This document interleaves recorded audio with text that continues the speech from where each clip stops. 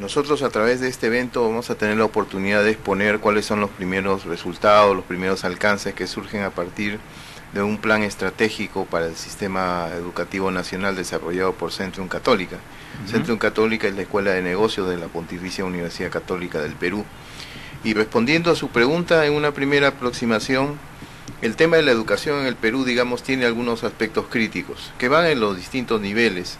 Por ejemplo, se necesita en la etapa preescolar, estamos hablando de los niños en nido, poder apuntalar, por ejemplo, el desarrollo psicomotriz, el desarrollo social e intelectual en las criaturas.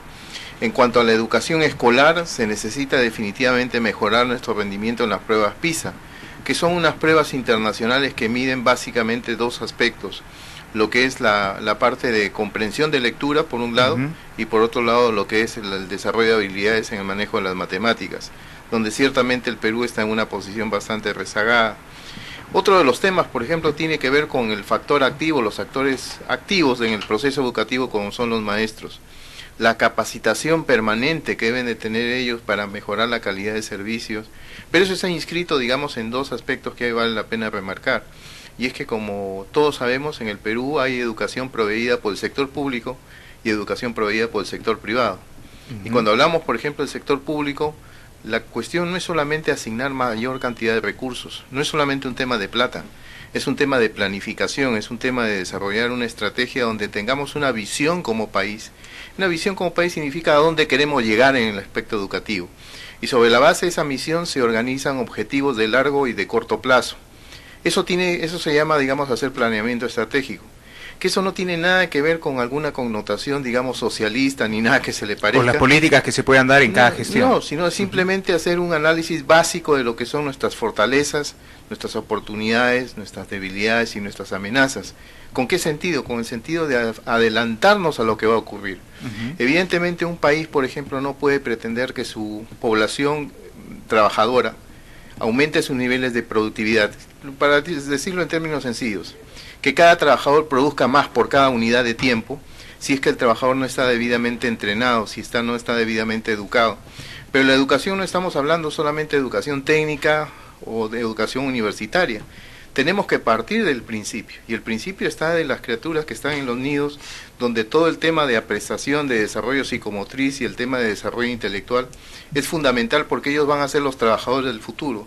Y obviamente los resultados de esto no se ven pues en gestiones de 3, 4 o 5 años, los resultados de estos esfuerzos se dan en el mediano plazo.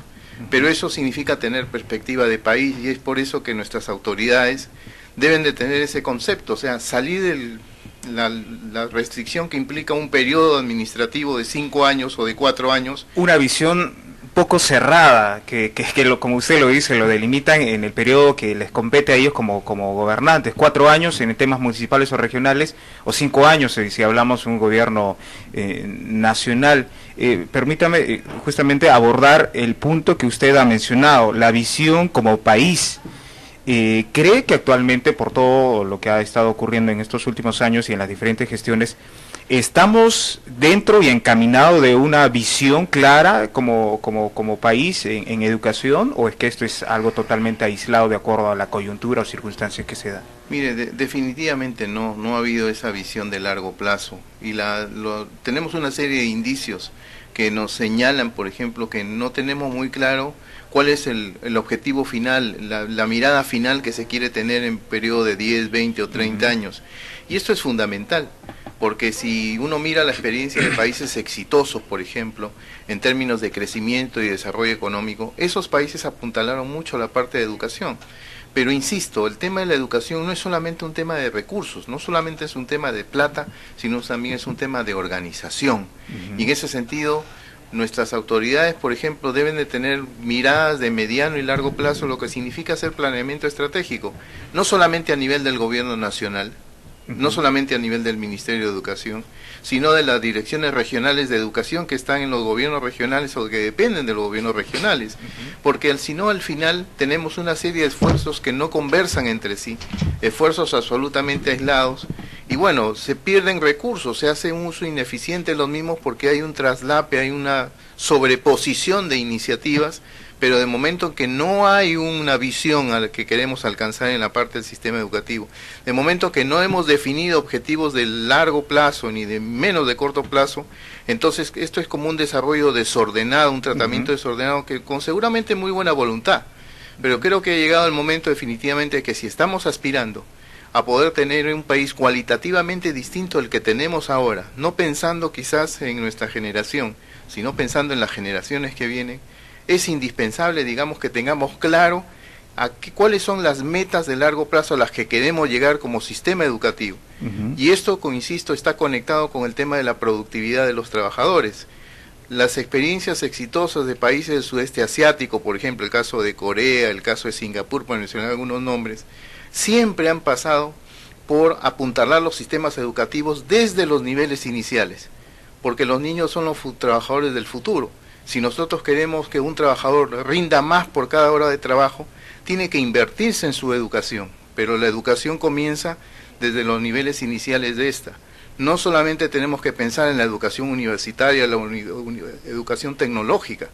Si queremos tener un sistema consistente, obviamente estas visiones a futuro son fundamentales y tiene que haber complementariedad de esfuerzos entre lo que hace el Ministerio de Educación y lo que hacen las direcciones regionales de educación. Y no olvidemos que de acuerdo a la ley actual de descentralización, el Ministerio de Educación se convierte cada vez en un ente de carácter normativo, porque la parte ejecutiva del proceso lo tienen las direcciones regionales de educación, como parte del proceso de descentralización que en el Perú comenzó en el año 2004.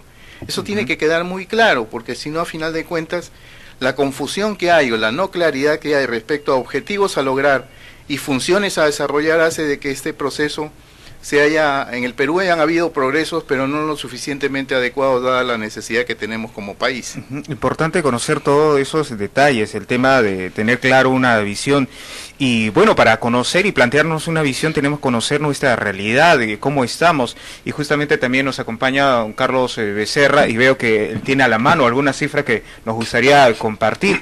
¿Cómo estamos en el índice, por ejemplo, de analfabetismo y otros aspectos que son pieza fundamental para partir y trazarnos una meta? Siempre es bueno conocer nuestra realidad. Muy buenos días, gracias por estar aquí en los estudios de la radio. Gracias a ustedes, muy buenos días.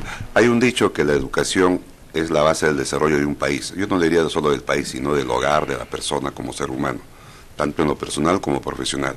Recuerdo mucho cuando el doctor Valentín Paniagua, durante su campaña, después de ser presidente de la República, hablaba de la educación. La educación por aquí, la educación por allá, que los valores, los principios, la ética. Yo le decía, doctor, ese tema no vende.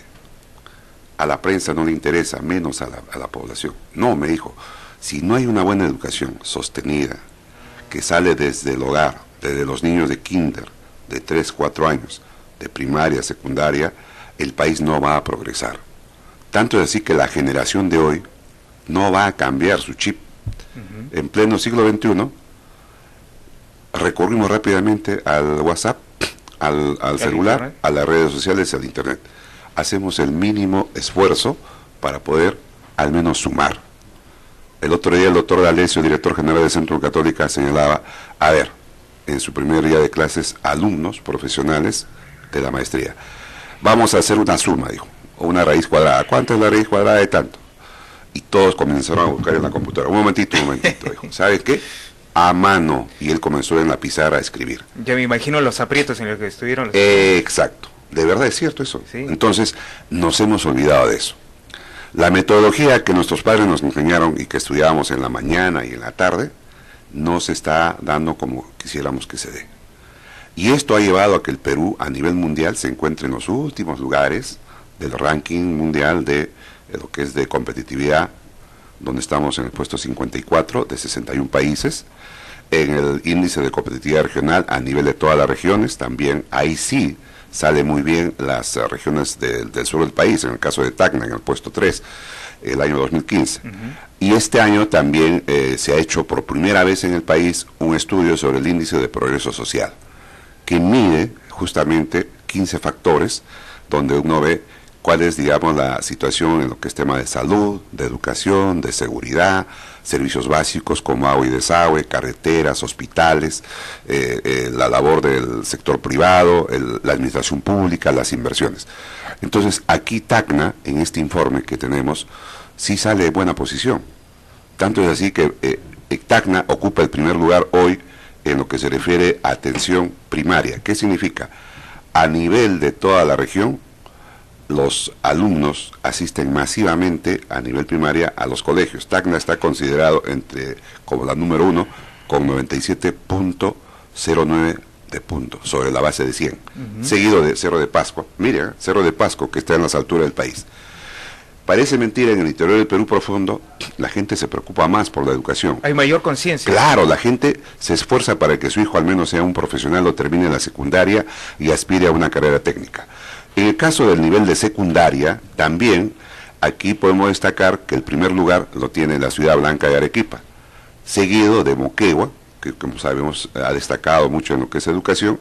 Luego le sigue Ica, es una región también donde casi al 100% de la población tiene ingresos y ya digamos con sueldos básicos, porque es una zona agroindustrial. Y en cuarto lugar está la ciudad de Tacna. Ahora, en los logros que se pueden mencionar de acuerdo a este informe de progreso social que lo elaboró Centrum Católica, podemos señalar que la ciudad que tiene el mejor logro en lo que se refiere al lenguaje es Moquegua, con 69.10% de puntaje, y Tacna en el segundo lugar con 67.34 puntos, sobre la base de 100. Y en logros en matemáticas, nuevamente Moquegua ocupa el primer lugar con 52.68%, y Tacna con 51.05. De acuerdo a la calificación que se le da a los que pasan sobre la base de 50 puntos, están aptos, o sea, su rendimiento es un nivel aceptable. Pese a ello, hay mucho por hacer en lo que se refiere a educación, y justamente hablábamos con el presidente del gobierno regional y le decíamos, pues muy bien, si tú te mantienes en el primer lugar, lo que es destacando lo que es el esfuerzo que se ha hecho en educación, te queda un duro trabajo para poder primero mantenerte y mejorar. Y para eso se tiene que hacer un trabajo de hormiga desde los hogares. Las APAFAS por un lado, los profesores por su lado y sobre todo los alumnos. Y aquí tiene que haber una política de educación donde todos se comprometan. Los padres, el sector empresarial, el gobierno local, el gobierno regional. Y eso es lo que nos falta, ¿no? Falta aquí en el país, a nivel global, una comunicación efectiva, una comunicación directa donde se le dice, señores, esto es lo que tú tienes que hacer a corto, mediano y largo plazo. No hay un plan estratégico elaborado, no sabes a dónde diriges, solamente están como los bomberos apagando incendios y tratando de tomar acciones frente a las situaciones que se presentan en el día a día. Entonces lo que se tiene que hacer es un trabajo consensuado, estudiado, planificado. Y hoy lo que nosotros como Centrum Católica estamos dando a las regiones es la fotografía de la realidad en la que se encuentran las regiones del país y en especial Tacna en los diferentes sectores que nosotros hemos estudiado. Y esta fotografía, como usted lo denomina, nos permite hacer, creo, el análisis en dos áreas importantes. Primero, como país, y el otro en comparación cómo estamos a nivel a otros países. Primero hablemos acerca de la realidad educativa en nuestro país como región de Tacna.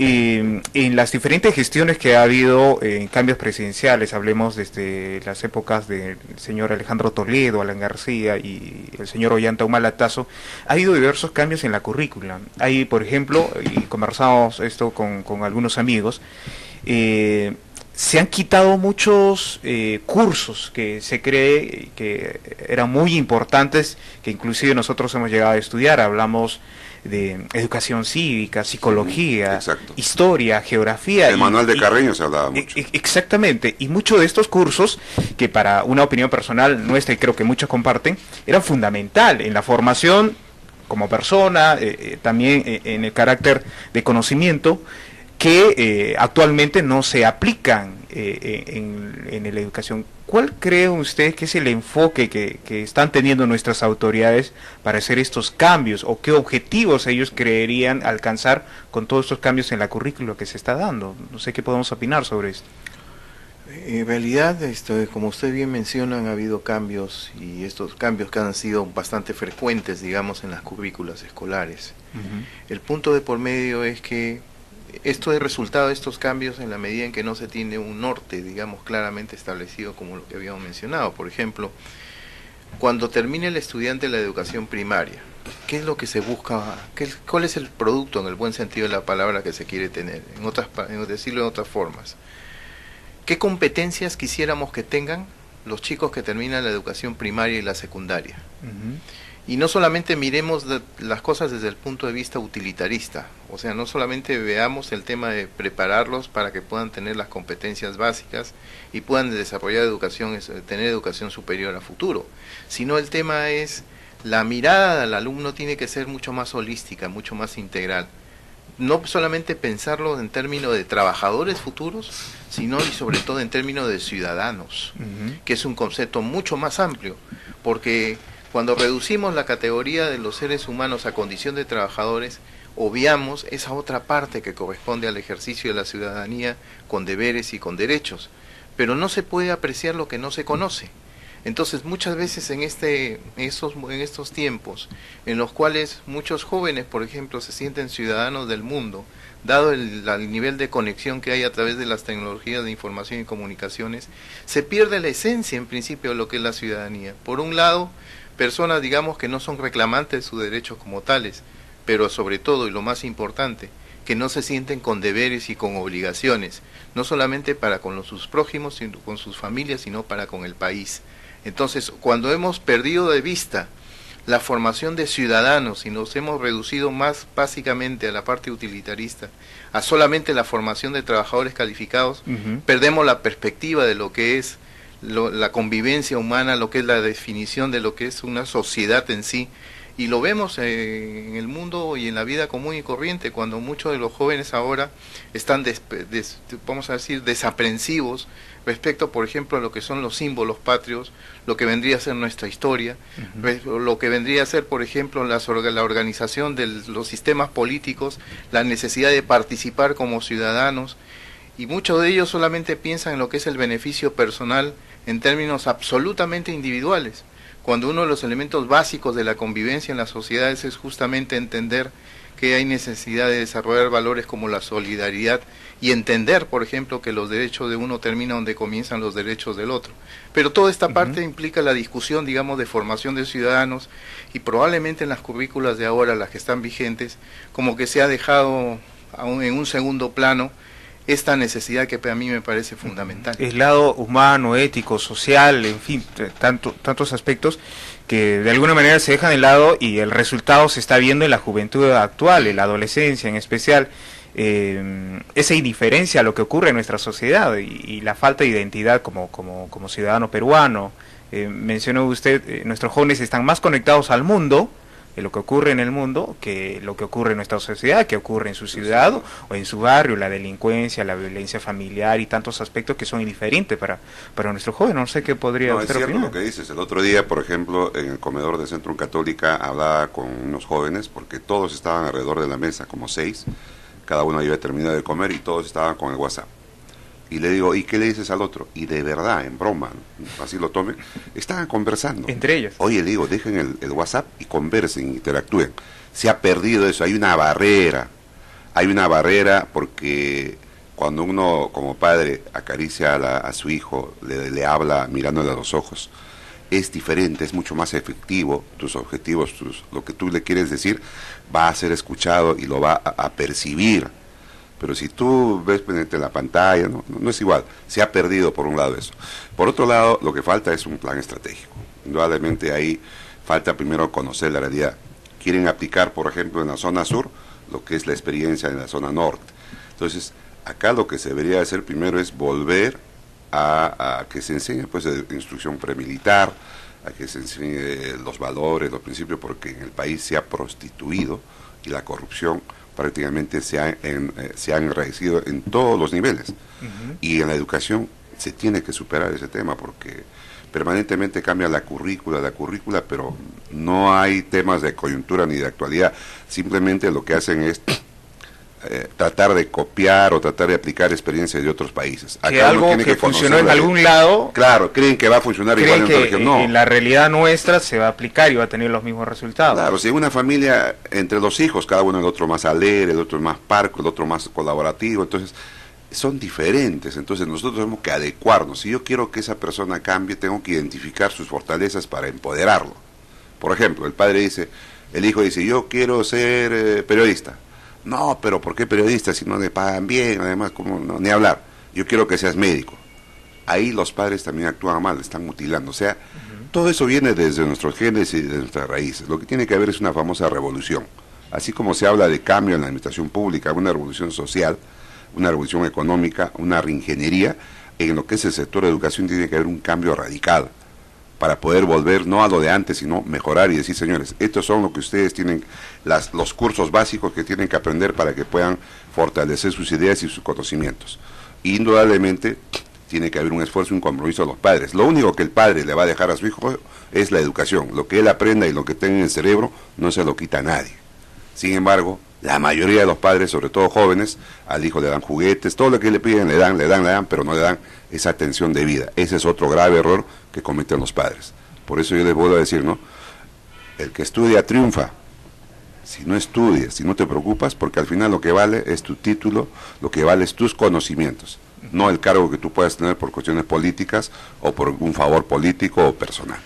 ¿Cuál cree usted, desde el punto de vista técnico, la labor que tendrá que realizar el actual gobierno, que bueno, es ya casi seguro que es el caso del señor Pedro Pablo Kuczynski, frente a la educación, con esta evaluación que estamos realizando de la realidad en la cual estamos viviendo y las carencias que se están evidenciando producto de la inestabilidad en la currícula y en la enseñanza en cada uno de nuestros colegios?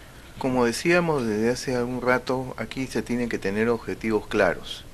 Digamos, desde partir de una visión, por ejemplo, como sistema educativo, ¿cuál es el norte y cuál es el ideal, por ejemplo, de estudiantes que quisiéramos tener luego de cada una de las etapas de la educación, desde lo que es la preescolar, la escolar y la superior, por un lado? Por otro, el tema es, el concepto de educación es mucho más amplio que la preparación de futuros trabajadores, como lo decía.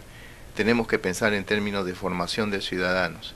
Pero aquí hay un detalle, y es que si bien es cierto, aquí hablamos del sistema educativo, el sistema educativo en parte está definido, digamos, por lo que se hace en los centros de formación, le hacen las escuelas o en los centros superiores de educación. Pero el otro aspecto que es tan o más importante que el primero es la educación que viene desde las familias, desde la casa. Y aquí viene un tema, porque como consecuencia, por ejemplo, del crecimiento económico que ha habido en el país y que ahora de alguna manera se ha ralentizado, se ha hecho más lento, de todas formas, por ejemplo, a diferencia de lo que ocurría 20 o 30 años atrás, en las familias antes solamente trabajaba el padre. Ahora es cada vez más común que papá y mamá desarrollan actividad laboral. Y entonces el tema es, los hijos son formados por quién o por quiénes.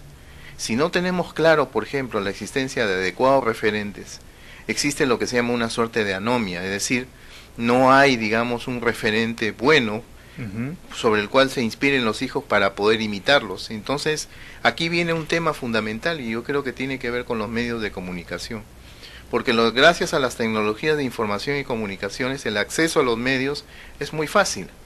Y los medios presentan distintas cosas.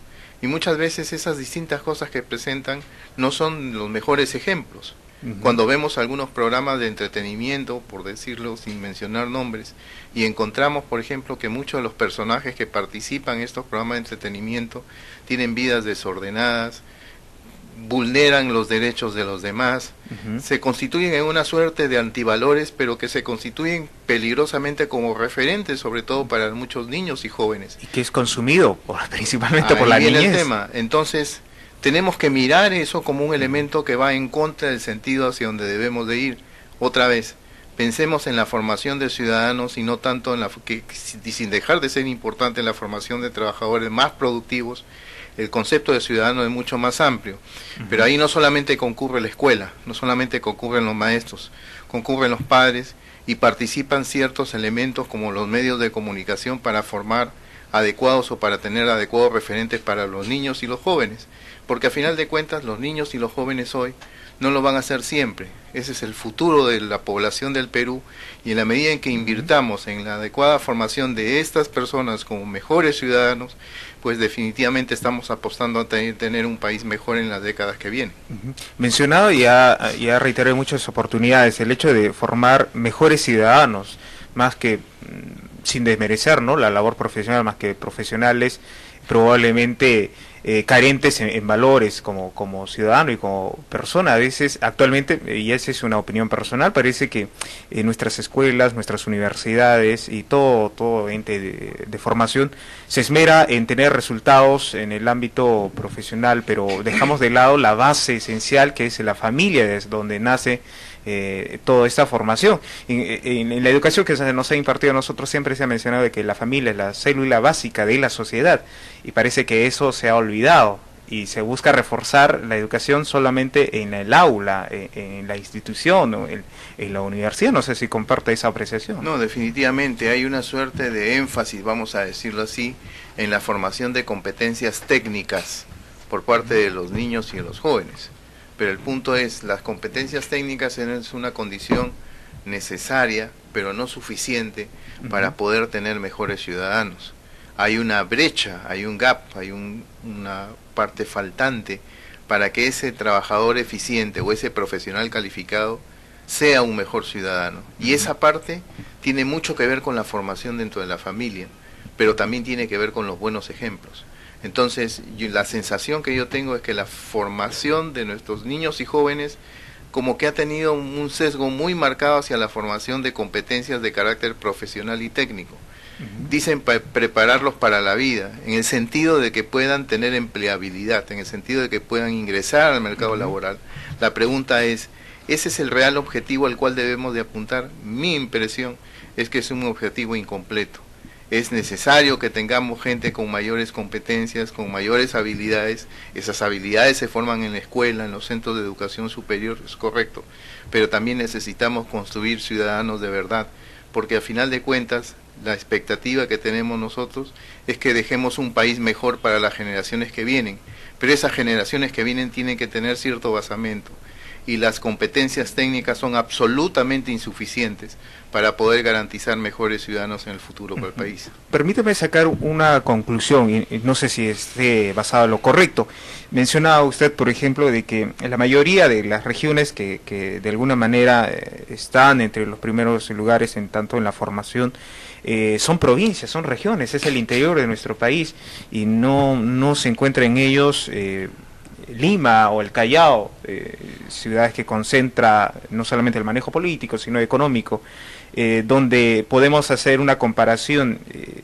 En provincias y en las regiones aún hay familias que conservan el valor, son familias más conservadoras, vamos a hablar en términos sencillos, que de alguna manera repercuten en el buen desempeño de los estudiantes en comparación a ciudades grandes y tan convulsionadas como la capital de la República. No sé si esa conclusión es valedera. No, de alguna manera tiene razón. Por ejemplo, se hizo una encuesta hace 2 años aproximadamente, donde preguntaban a las madres de la sierra cuál era su ambición, cuál era, digamos, qué es lo que ella quería para el bienestar de su hijo. Ella decía, lo que yo quiero que mi hijo termine aunque sea primaria o secundaria. ¿Y qué más aspiras? Yo aspiro que tenga su educación, que sepa leer, escribir, y qué más, ¿no? Que al menos si no entra a la universidad, que trabaje aquí en mi chacra, que trabaje con nosotros. La mentalidad de la persona de provincias. Mira, ellos aspiran que su hijo al menos tenga educación, sepa leer, escribir. En caso de las madres de los padres de la zona norte, también pensaban que su hijo quería que sea universitarios profesionales. Y lo de la selva también, pero ellos estaban mucho más alegres. Entonces, esa encuesta sirvió de referencia, sobre todo, me acuerdo que la CONFIEP lo hizo y uno de los CADES se habló sobre ese tema. En relación a la pregunta, efectivamente, lo que se tiene que hacer aquí es empoderar a cada una de las regiones, y que los padres que conocen mejor que nosotros a sus hijos tienen que motivarlos, tienen que decirles, hijo, tú eres bueno, quieres ser mecánico, ya, vas a ser el mejor mecánico y te vamos a apoyar. No mutilarlos, no limitarlos. Desgraciadamente en nuestros genes está que el padre quiere que el hijo haga lo que yo quiero o lo que yo no pude hacer. Entonces dejarlo al hijo que vuele, que sea el día, para que mañana más tarde no te cuestione. Ese es un tema. El otro tema es casi el 75-80% en el país de la economía se mueve en base a los informales. Y hay un estudio que también se hizo en la CONFIEP donde se señala que el futuro del país está en más de 3 millones de jóvenes que no necesariamente tienen que ser médicos, abogados, contadores, o lo que uno aspira, ¿no? Lo que tienen que ser son técnicos, técnicos de primer nivel. Nuestros mejores profesionales técnicos están fuera del país. Grandes jóvenes que han estudiado en la CENATI, en las escuelas, digamos, técnicas, se han ido a Chile, se han ido a Canadá y están en otros países porque ganan más. La mano de obra del peruano es muy bien calificada. Entonces yo me pongo a pensar, le decía el otro día a un sobrino, oye, tú quieres estudiar en la Universidad de Medicina ya, 7 años. Hijo, estudia una carrera técnica, en 3, 4 años sales y vas a poder ganar más que un médico, porque un médico estudia 7 años. Y si Dios quiere le pagarán un sueldo, digamos, que sea aceptable de acuerdo a su rendimiento de 2.000, 3.000 soles. Pero si tú eres técnico, a los 3, 4 años que sales vas a ganar mucho más. Entonces eso es lo que a veces uno no quiere entender. Por eso le digo, un técnico, un carpintero, un zapatero, un mecánico, es igual que un profesional de alto nivel, inclusive eso gana más. En otros países son mejores considerados. Pero también no podemos dejar de lado a los que sí tienen posibilidades de llegar a la universidad privada, a la universidad pública y ser un profesional de éxito, bienvenido sea. Pero ese es también otra de las contradicciones, ¿no? Todo padre quiere que su hijo llegue a ser un profesional en una universidad. Pero si no tengo recursos, de eso se aprovechan las universidades privadas. Son cerca de 140 universidades en el país. ¿Qué hacía un candidato? Iba y era profesor, padrino de todas las promociones de los colegios, de todos los pueblitos o distritos o provincias de su región. Y les ofrecía becas. Ya, todos los alumnos que terminan, que son mis ahijados, van a tener beca 3 años. O perdón, 3 cursos, 3 ciclos. Y el padre hacía el esfuerzo para llevarlo a la capital, en este caso me refiero a Trujillo, y decía, muy bien, le pagaba al hijo, le pagaba, digamos, su alojamiento, alimentación, porque el estudio ya estaba cubierto. Ese joven estudiaba el primer ciclo, segundo ciclo, tercer ciclo. A partir del cuarto ciclo, ¿qué hacía la universidad? ¿Sabes qué? Ahora tienes que pagar. ¿Entiendes? Y ese padre tenía que hacer un doble esfuerzo porque ya pues no podía dejar que su hijo estudie. Entonces ya para que estudie el cuarto o quinto ciclo tenía que duplicar el gasto que él hacía cada mes en pago de alojamiento y alimentación.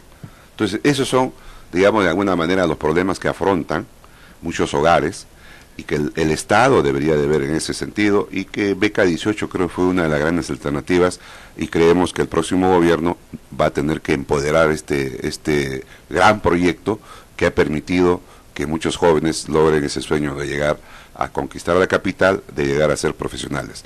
Ojo, para triunfar en la vida no necesitas ser ni blanco, ni negro, ni rico, ni pobre, simplemente uno mismo, y tener esa decisión, esa valentía de enfrentarse y de arriesgar. Los jóvenes tienen que hacer eso, arriesgarse para lograr sus objetivos. Hablemos un poco de la realidad del Perú en comparación hacia otros países. Un breve comentario antes. Tacna, ustedes han mencionado, se encuentra en un lugar expectante, está entre los primeros lugares. Lamentablemente esta noticia aquí en la región de Tacna no ha sido manejado de la mejor manera. Las autoridades actuales en el sector de educación se han atribuido el éxito, vamos a llamarlo así, entre comillas, a la gestión que ellos están teniendo en no más de un año. Sabemos muy bien de que el resultado que se pueda dar en estas cifras son productos de muchos años. ¿A qué quiero llegar con esto? A veces sentimos que hemos logrado nuestras metas en comparación a otras regiones al interior de nuestro país, pero no vemos la realidad en comparación a otros países donde, como ustedes han dicho, estamos en los últimos puestos. ¿Qué conciencia deberíamos tener nosotros como ciudadanos, como padres de familia y como autoridades, quienes seguramente en este momento nos están escuchando? ¿Cómo estamos en comparación a otros países y qué se debe hacer para mejorar esa situación? Cuando se hablaba de la posición expectante de Tacna, estamos hablando de un ítem pues fundamental, que es el acceso a la educación básica. Pero el acceso a la educación básica se constituye, si se quiere, como la piedra angular, vamos a decirlo así, de lo que es la formación de competencias por parte de los estudiantes. Pero ¿qué es lo que ocurre?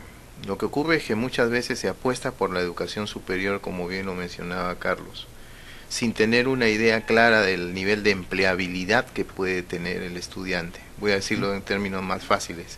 ¿En qué medida el estudiante que hace estudios superiores, sea técnicos no universitarios o universitarios, tiene probabilidades de acceso al mercado laboral. Eso es la empleabilidad. Entonces, ¿qué es lo que ocurre? Como sabemos, por ejemplo, la demanda de empleo, la demanda de empleo viene a partir de las empresas, son las empresas quienes contratan.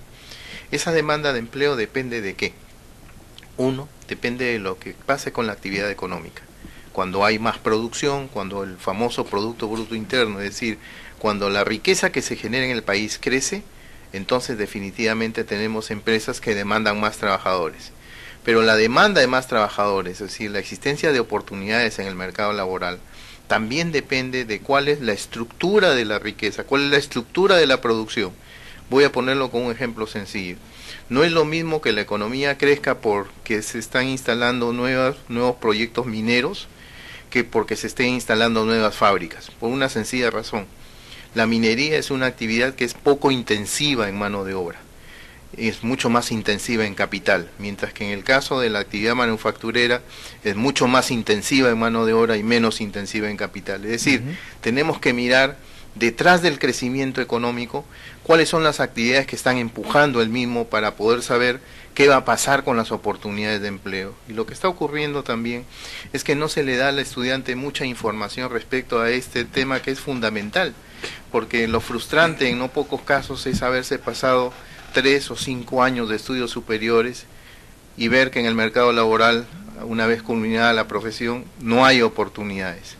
Por ejemplo, si no ir muy lejos, en Lima, alrededor del Palacio de Justicia, uno encuentra abogados con carnet del Colegio de Abogados, o sea, profesionales del derecho que están incorporados en su colegio profesional, que hacen escritos por 10 o 15 soles.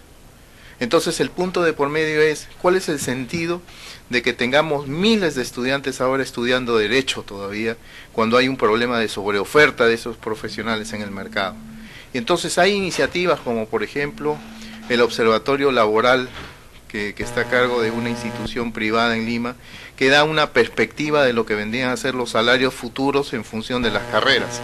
Se necesitan esos elementos de información porque a final de cuentas un estudiante que desarrolla estudios a nivel técnico o universitario está haciendo una inversión y la idea es recuperar esa inversión, pero la recuperación de esa inversión está muy conectada a cuán empleable es, o sea, en qué medida tiene oportunidades de desarrollar en el mercado los conocimientos, digamos, que obtuvo durante su formación.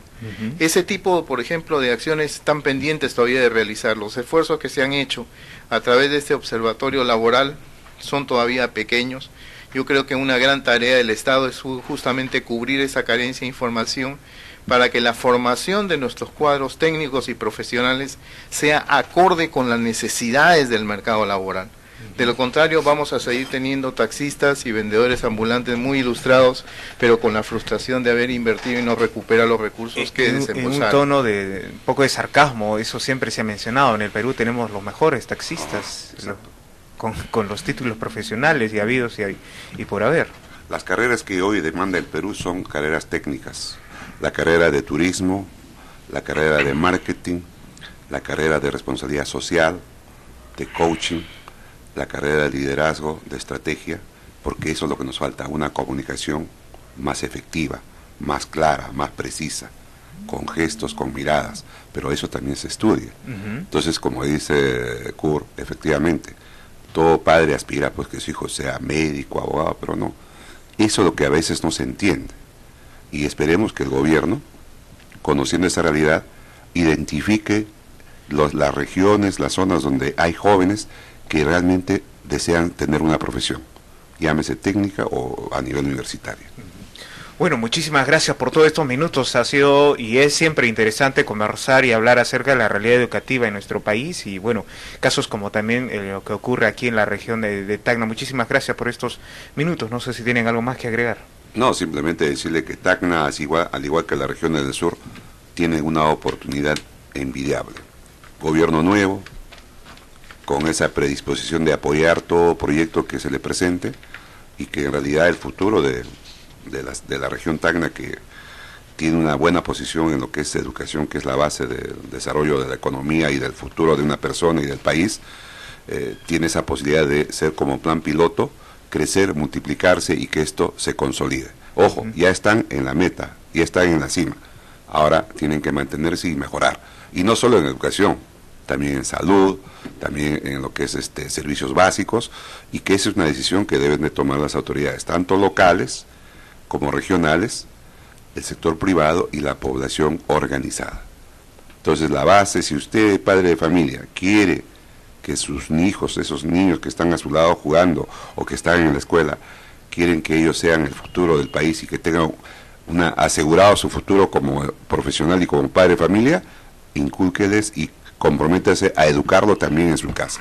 Es la base del desarrollo de una persona. Bueno, sí, remarcar también que los esfuerzos que se hace, digamos, por mejorar los sistemas educativos, no son esfuerzos que tienen réditos en el corto plazo. Estos son resultados de decisiones que se toman, digamos, con mucha anticipación, resultado de trabajo conjunto, pero como bien se señala, si bien es cierto, por ejemplo, en el acceso a educación básica, Tacna está en un lugar muy expectante, el punto de por medio es qué acciones o cuál es la planificación que se está desarrollando, no solamente para mirarse en comparación con el resto de regiones en el Perú, sino pensar, digamos, en niveles comparativos, digamos, con otras realidades. El punto es que este es un proceso de crecimiento, de progreso sostenido. Pensar que solamente hemos llegado, digamos, a un objetivo y que ya no se debe aspirar a más es una mirada equivocada sobre este tema tan fundamental, que no solamente, insisto, tiene que ver con la formación de competencias técnicas, digamos, de los futuros trabajadores, sino que la apuesta definitivamente tiene que ir por el lado de dar las herramientas para constituirnos en el futuro, digamos, en un país con una mejor cantidad y calidad de ciudadanos que tanta falta nos hace. Muchísimas gracias.